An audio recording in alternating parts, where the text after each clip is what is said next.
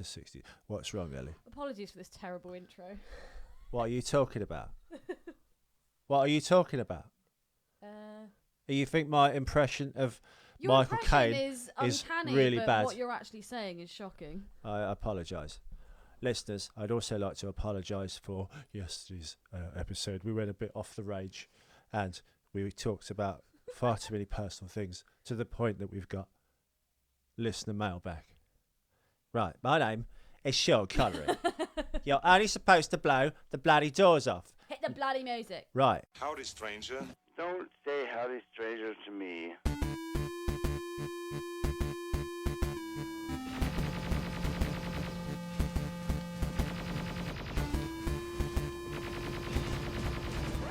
Hi, I'm Chief Master Sergeant William Candy. Shut up! Shut up! Shut up! And we're back. We're back.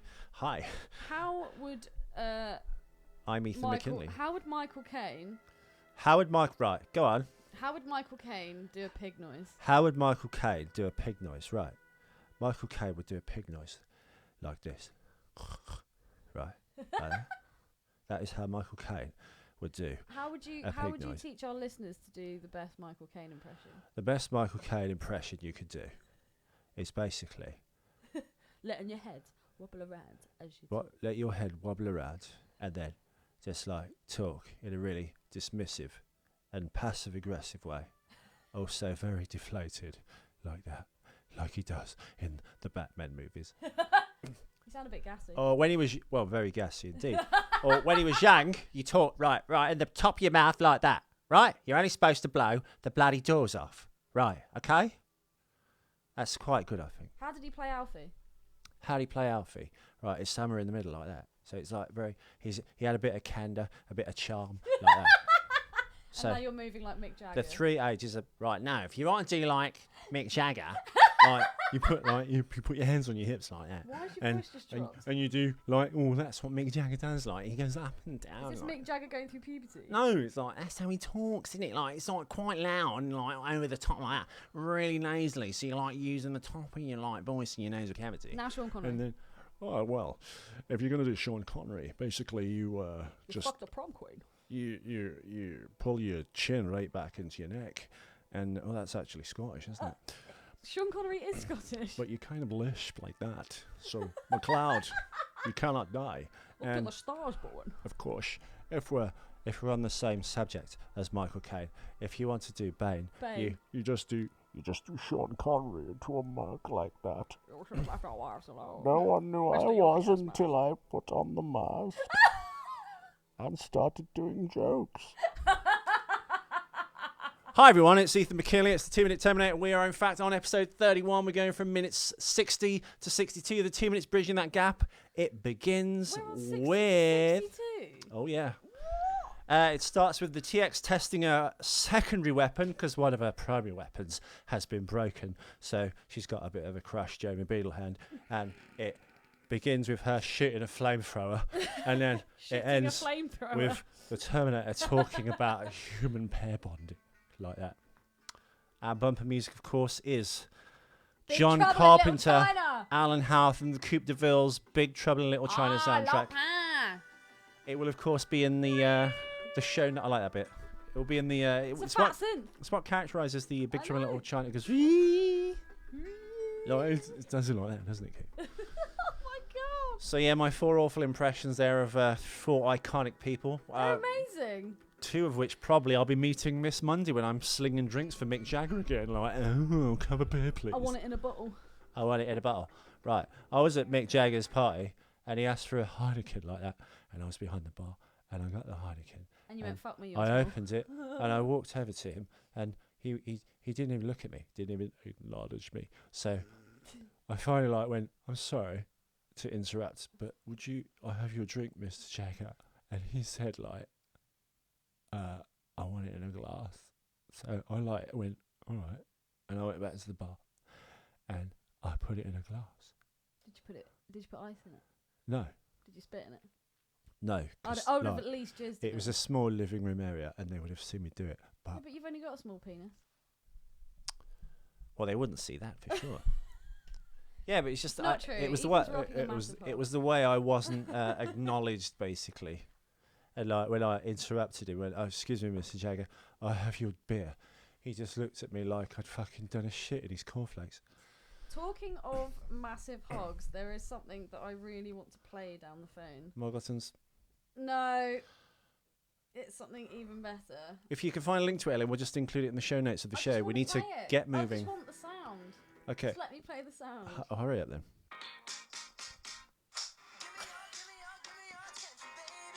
It didn't quite work. It did. Anyway, I'll put it on the page. It's amazing. It's this chick getting smacked round the face with an absolute rodzilla. It's so good. to Bruno Mars. If you have just joined us, listeners, if you listened to last night's episode, don't. Because we kind of went off the rain. We did 20 minutes of Terminator, and then we did 20 minutes of... But it's half and half. That's fine. It is fine. The whole of T3 But I has think been we're- really factual. I think we kind of named names. We got a bit too personal. So No, you name names. I know the listeners love that, but we really shouldn't. You're just worried because people are now actually starting to listen to it that you know. My ex-wife Yeah. And she's enjoying it. thinks Ellie's really funny. I know, it makes me cringe. So yeah, in this episode, basically, it's the crux of it. Basically, is the Terminator trying to hook up John Connor and Kate Brewster so they can like create this pair bond, basically through having sex. And have a baby. Let's have a baby. So yeah, that's where we're at basically in the story. And Ellie, I understand you have some questions. The weightiest sack. Go for it, babe. So I'm going to start reading. So first of all, Spaldner wrote into us yesterday saying, "Hey guys, just a quick note. I'm in the middle of listening to Southern Fried Mailbag and wanted to throw in my 2 cents quickly. Ellie, you're right. Yes. Oosh. John would have caught at least a few bullets in that coffin. Bullets coming in wouldn't have hurt any of the steel weapons, but definitely would have made a Swiss cheese out of John. Swiss cheese. Also, Ethan, in Genesis, I didn't take J.K. Simmons' character as being Volkovich or whatever last. No, I think he's right. I think the character name is. Volkovich was meant to be in this one, but he turned it down. Shut up!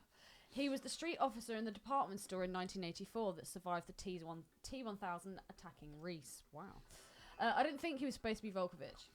Hi, welcome to the Terminator Genesis 2-minute Terminator with me, Ethan And McKinley, James Spaldner. and James Spaldner. Oh, and the accent No, was... Ellie and Ethan, because Ethan doesn't know his fucking facts. So you mean Ellie I have a and question Spaldner? for Spaldner. Can you just wait till I finish? All right. Oh, and the accent was fun. Quite cartoon hillbilly. Very good. Okay, back to listening. Now, Ethan. My question to Spaldner is, if these weapons, when John's being shot at in the coffin, wouldn't have gone off because the ordnance won't trigger unless it's done in this very particular chain reaction-y way. Either the firing pin hits the back of the bullet, or the C4 gets the right electrical charge through it, etc. But if you burn it, I don't know, whatever. When Stallone is at the outpost, the gun shop, basically, in First Blood, near the end of the film, and he goes in there, he gets all the black powder out, he puts it all over the outpost, he sets fire to the place, he grabs an M60, he grabs some, boxes of bullets and and it stuff. lands and it speeds and just drives away. Well, he lights that and burns the outpost. If you burn bullets, would they explode from the heat, or would that not happen unless the firing pin like hits the back of the bullet and I stuff? think it's the kind of chain reaction of the hitting and the... Because you It's mentioned the hitting and the you mentioned the exploding C4 and would the flames. explode, right? Or he said you could burn C4, but if you did a certain thing, the C4 would explode, right? Remember Something like that. yesterday's letter? I have to scroll down now. It doesn't matter. Yeah, I can give a fuck, mate. So the next... Today's letter. No. This was still yesterday. The next meaty sack. Okay, so here's my thoughts on the 30 caliber machine gun shootout scene. The scene itself is very back and forth. Yes, Ethan, you're right. That one drum magazine was nowhere near large enough to hold 750 rounds. And I'm an Englishman. Had it actually been about 750 rounds, the short amount of time he spent shooting feels very close to how long it would take to go through that amount of rounds. So duration seems about right, but magazine size is a definite no. Now to Ellie's question. I didn't feel like they put enough holes in the cars and enough bullets to equate the 750. That is a large amount of bullets. If you watch the scene, you see bullets ripping down the side of the police car, and it's about 20 holes. That is my favourite. Now imagine 100 holes on 7.5 cars. They would be shreds of cars. Stop saying cars. I think they could have done a lot more damage effects all around and still be believable. Ethan! Keep going. Oh, good God! You can sort your shit Keep out. going. Final note, 10-minute Ethan, Drew, Mia, love triangle soap operas at the end of each show are great. Drew needs to nut up, be a man, and find another way to compensate for not being as pretty as Ethan.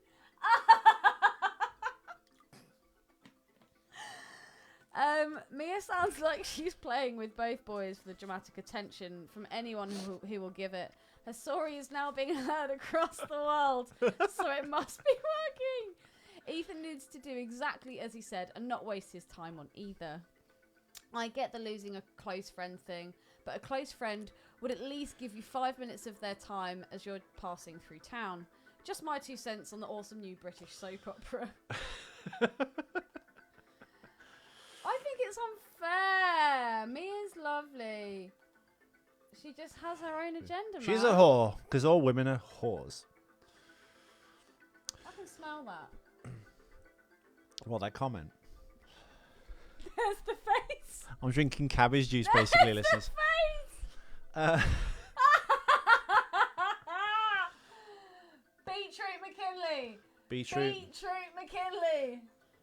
I wish you could see his face right now. He's so beautiful. And he's totally here for Brett. Also, I doubt any of our listeners do watch Rock of Love. But if any of you have any tips on how to find Daisy of Love streaming online or even to download legally, please do hit us up with that because I'm desperate to watch Daisy talk some more. She's amazing. Anyway, back to the film. Was that his question? Or was his remark or yours? Daisy of Love. Yeah. Of course it's me. Do you Right. reckon someone like Spaldner, Mr. Gunn, watches things like Rock of Love and Daisy Well, he of listens Love? to our shitty show, so who knows? Our show's awesome. It is. Look at the size of Arnie's muscles in Predator, man. So hot. And that pout that he does. Okay, questions. Ellie's qualms. Quames. Quam.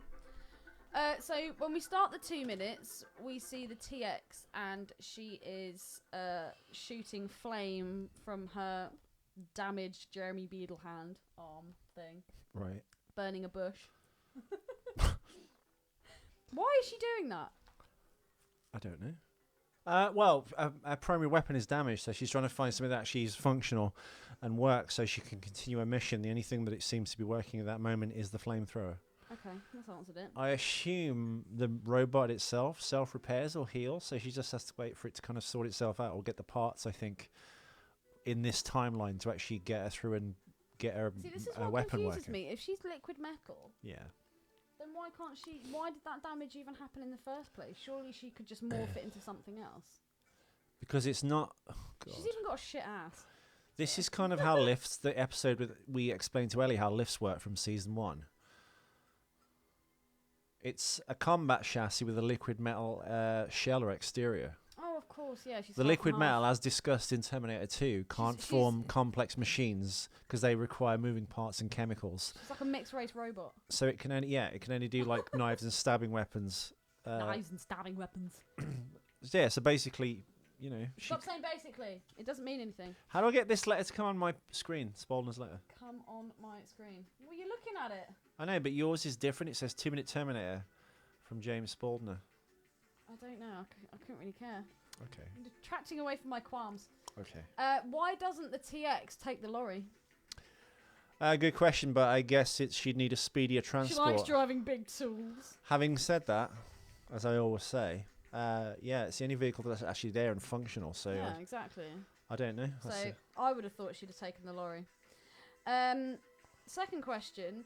We see the T800, the markup T800, and he's driving along and he finds a little caravan park thing. Mhm. First of all, my question is, does the Terminator categorically know where he's going? No. No, it just seems quite convenient that he just comes across a nice little family picnic spot. Well, no, there's picnic spots all over the world. What's with the abandoned caravan? What do you mean? Well, they come to this area and there's a camper van that there's all these toys and things and it looks like some kind of hippie convent and like tie-dye blankets and stuff. And there's imagine the people have parked the van up and they've gone for some kind of nature hike. But would you leave all your stuff out in America? Yeah, maybe. Maybe Bigfoot got them. They might be Canadians. Maybe Sasquatch got them. Switchwatch. See, I was just wondering what that was about. Well, it's a camping area, isn't it? So I know, but as if you'd leave all your shit hanging around, like all your washing and your nice tie-dye blankets. Yeah, no, you would. You'd park up your RV and you'd probably go for a hike. Yeah, but you just would not leave all your shit lying around like that. Why wouldn't you? Because it's America. B, people are scumbags. America's not that bad. You know what I think this actually is? This looks like the ranch that 20th Century Fox used to own, that they filmed all the Planet of the Apes movies on. I can't confirm that, and I couldn't find it anywhere in the notes, but... Just watching this particular bit where he breaks into the camper van just reminds me of being a kid and camping in camper vans. Well, he checks if the family's there, doesn't he? But yeah, I think they've been there. Breaking in. They've driven there on like I guess whim. an in-country holiday. They've gone to this like camping area, this local area of natural beauty, and they've set the stuff up. The kiddies have got a little tent outside that they probably don't live in. There's a little tricycle outside. There's like a picnic. You have that word in America? A picnic area with the wooden chair and stools. And they have the word picnic in America. Yeah, they've gone for. If you can confirm that for a spelled note, I'd very much appreciate. They've gone for a walk in the woods, basically. Maybe the guy's gone there, murders the entire family, and then he's just dumping the bodies. They've just come at the right time. I watched that movie. Maybe it's our wrong turn. That movie does exist. I think it's called Ride with the Devil. It's got Warren Oates and Peter Fonda in. Maybe this is like a wrong turn scenario.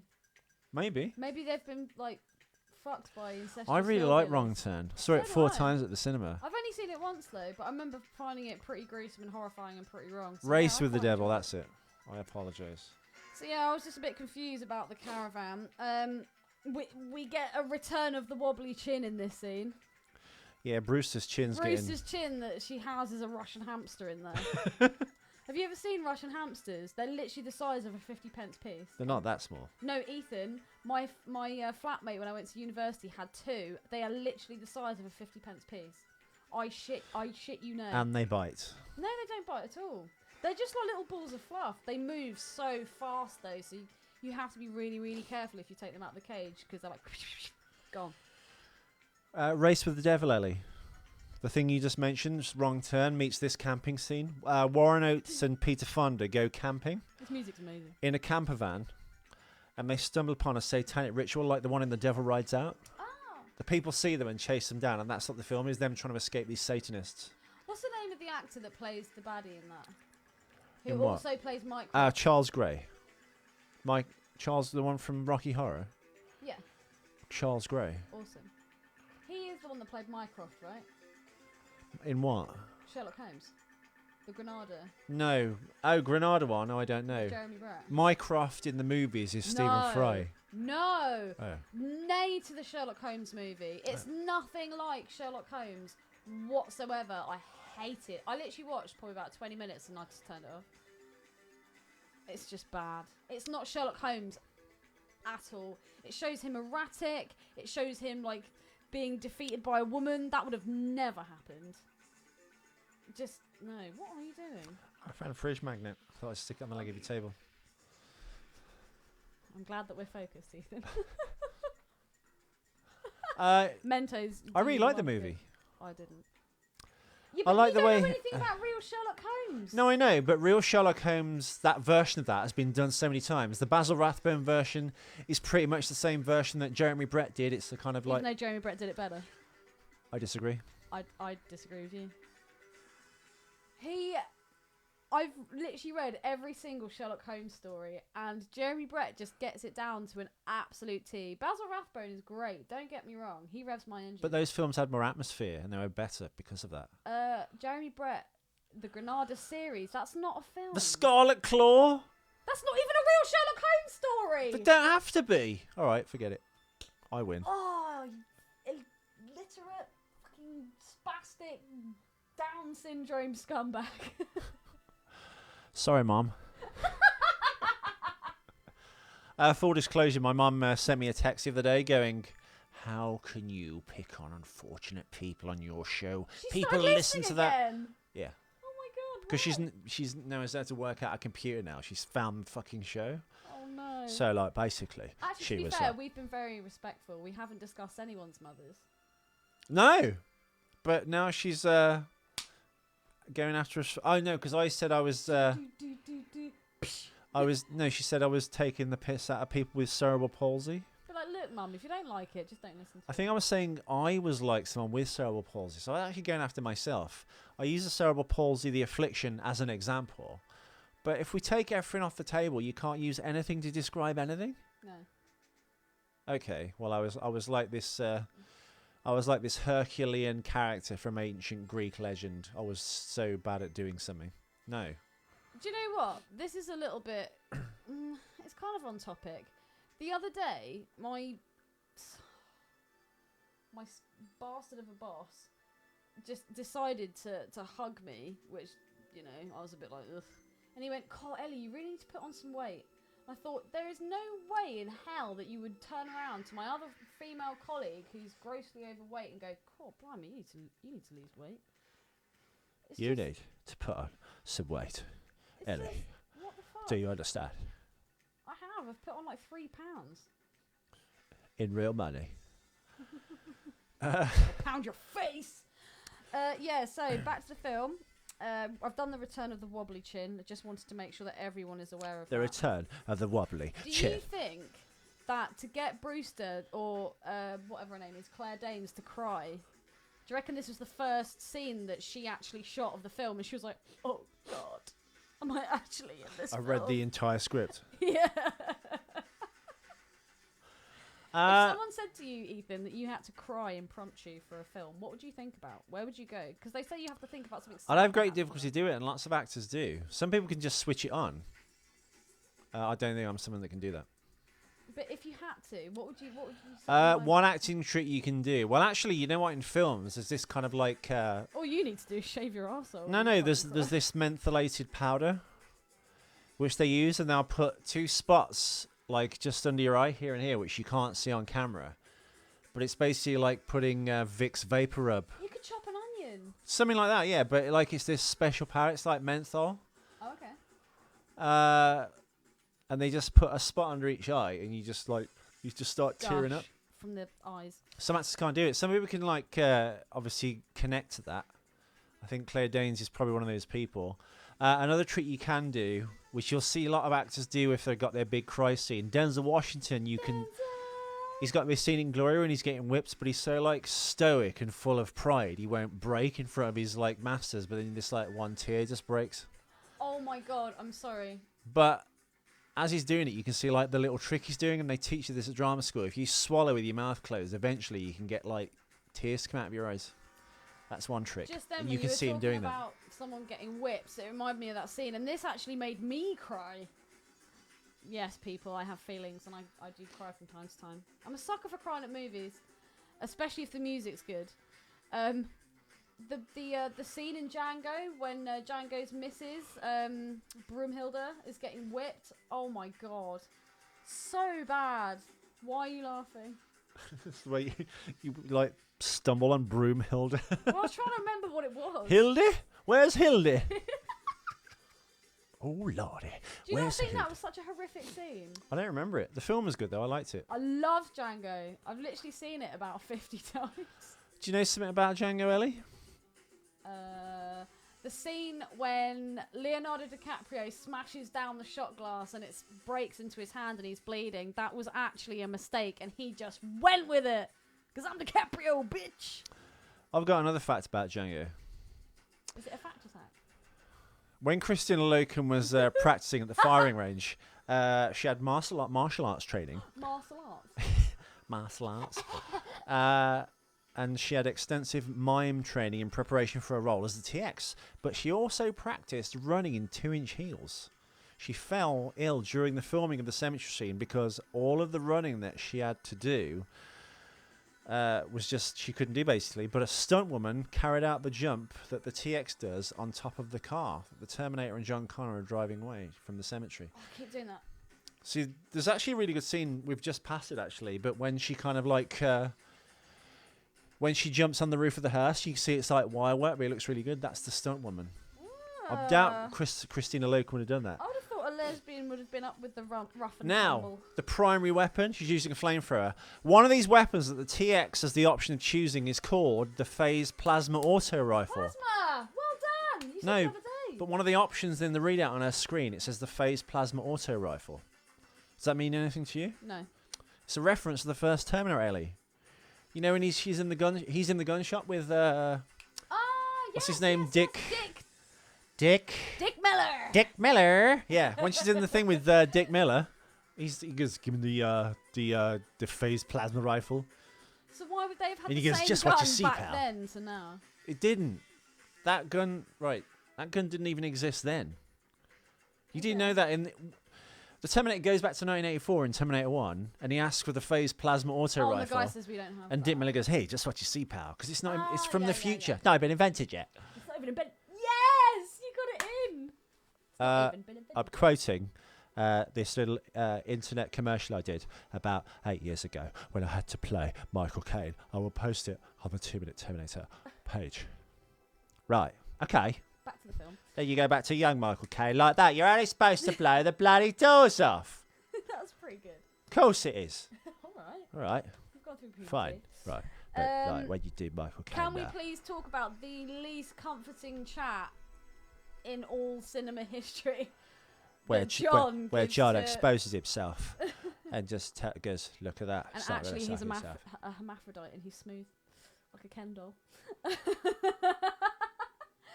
No, it's when he's talking to Brewster and he's like, "Look, I know your fiance's just been murked, but you know sometimes things happen and we just can't do anything about it." You think, "Thanks, mate. I'm so glad we had this little chat." I'll be back later. Yeah, Oh, literally, that's it. it's so bad. Just think, Would he you may like- be the leader of you know, the future, but I really hope he's not like the motivational speaker for the troops, because I would just hang myself there and then. Would you like to know another fact? Give me a fact. Right. When the TX has damaged their primary weapon, the first person view on her readout is scrolling through the different weapons choices. On the right hand side of the screen, one of the weapons is named the Rumsfeld P81 Cauterizer.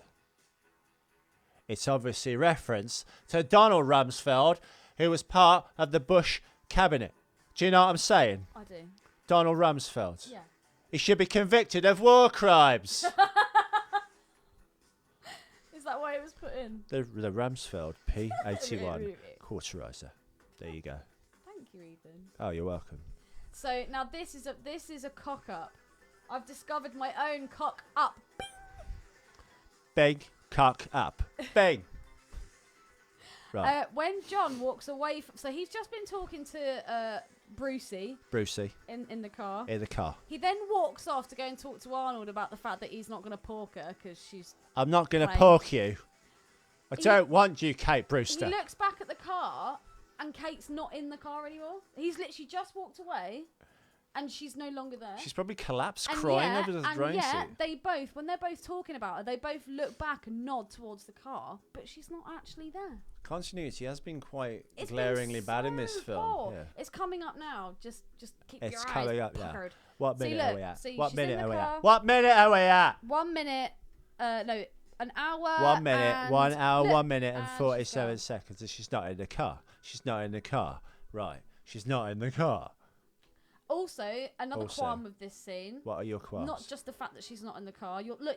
They're both looking and nodding towards her, Right. and she's not actually there. Well, they've not shown a scene with them in it, and she's not back in the car though. So is that really a cock up? Of course it is. She might it's the same scene. She might have got out of the car. It's this, he walks She away might- from the car, and then you see him walking towards the She Terminator. might have got out of the car. Do you ever think of that? But she's burning her eyes out. Right. Do you want a real cock up? Right. When the TX's Cock weapon is damaged, her on-screen display chooses a new weapon. Oh, stop talking about this on screen. The display shows the name of a weapon of each description, but if you look closely at the description of all the weapons, it simply states important information about this weapon is being displayed here. That's all. That's what it. I don't even know if that's cock-up. As a Any Terminator. cock-up is your impression of him. Actually, look, she's not in the car there either. She's gone for a walk. She's not, because then he talks to her in the car. Shit it. They have filmed that scene at a completely different. And now she's back in the car. Have you? Oh, right. That's it. It's a cock-up. Cock up. No. Because we're back, right? We're back at the start of the scene, and he's talking to No, her. we're She not. only disappears after this. No, because Arnold Oh my Schwarzenegger's God. just got out of the car and he's just stuck his head in the caravan. That is then. Right. I've watched this clip so many more times than you. You weren't even watching. I was watching looking it. at I was watching it. Right. Shut up. My last qualm. Right. What's your last qualm? Tell Michael. Tell me. Creepy as fuck. Why is it creepy? Because I'm just thinking about that film where he fucks a 15-year-old. Oh, you've been blaming it on Rio, 1984. Yeah. When I did a film. He supples on the teats of a puffy nippled 15-year-old. I did a film with Demi Moore, and what was her name? The other girl. I don't know. I've never seen. I it. don't remember. Cracking set of Bristols though. Right. I did a film with her. They're not cracking. They're no kitty. I travelled to Rio for business, and my best friend's daughter falls in love with me, and I keep having sex with her on the beach. You couldn't get away with that in this day and age now, but you could in 1984. Bring back the 80s. Go on. When your qualm? the final scene in the 2 minutes of this episode, we see the T800 looking very confused at the weapon that he's holding. Right.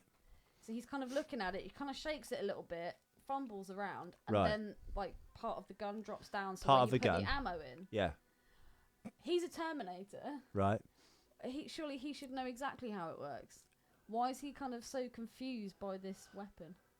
I think he's just making sure the sight is aligned and it That's works. not well. what's happening. I think so. Have you actually watched the end of this clip? Well, he's doing a weapon. I Section. think he's doing a weapons detail on each of the pieces of weaponry he's got from the coffin to make sure it's all in working And order. also, have you ever heard of God Bless Chips? Oh no, it's God Bless America. You do realise that if you drop a gun, you can like shift the sight on it if there's a scope or if there's 2 points. There is no sight on this particular gun. What are you It's talking like a about? rocket- it's What like are you talking about? I've just seen it. It's a rocket launcher. rocket You'd launcher. need an aiming thing on there, wouldn't you? A sight, Yeah, but I right? couldn't see one. We're about to see it now. It's about to come Your up. qualms are fake. They're not. They are. They're so not. I'm so disappointed nose in is you, fake. Master Bruce. I promised I would protect you, and I haven't. Look, I want you to see this particular bit. Because Where is it? He just looks really confused, and he's a bloody Terminator. Oh, I'm having so much fun pretending to be Michael Caine. I know. Right. It almost sounds like you've got a cold. Well, that's a little Right, bit ready, like look, it is, isn't it? watch, go. She's not in the car. He's Right. not looking at the sight. He's fumbling there you with go. this. Wait, he's making wait. sure the sight's Look, right. he's playing with this, and He's that broke- drops down. He goes, "Ooh." He's making sure the sights are aligned. No, I He is making sure the I think the sights are gun's aligned. confused him. No, he's not confused. He knows what he's doing. I hate this 2 minutes. Do you have right? Do you have anything else you'd like to add? That's absolutely everything. Right. Thank you all for listening, viewers. We shall return in 32 in about 5 minutes' No, time. we're not. Why? Why not? Why? Why not? Because I Why want to not? watch a Marvel movie. You can watch it after. Hmm. It's only 9:34. You could do another one. Right. I'll be back tomorrow with Ellie Fitzgerald and Sean Connery. And who's the other one? Who else was on the show today? We have Mick Jagger, Oh, Mick Jagger. He was in it, like, wasn't he? Oh, we'll be back tomorrow with you, me and Keith. Sean. Sean Connery. Oh.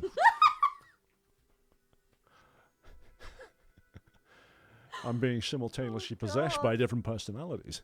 I think you've had one too many cans of I Coke. think you've had one too many emo cakes, Oreo cakes. Oh my god. Right, we'll go back to Michael Caine. I'm used to doing him. Right, we should return tomorrow with episode 52. 32. 32. Thinking about Right, Dave. I'm stopping this show. No. Anyway, Thank you all you for so listening. Much for Thank you for listening. Yeah. John, draw us a bloody picture. Don't draw us a picture, You've got John. your t-shirt You've got now. your wife and family to look after. You can't be What, drawing with his plastic pictures. guns? I'm a photographer. Anyway, hasta la vista. Baby. Right, turn it off.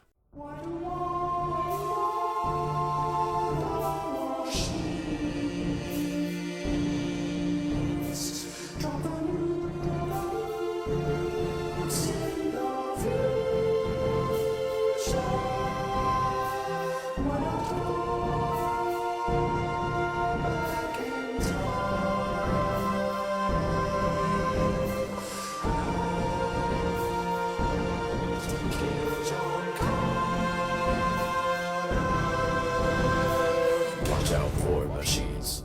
They're unstoppable. Watch out for machines. They're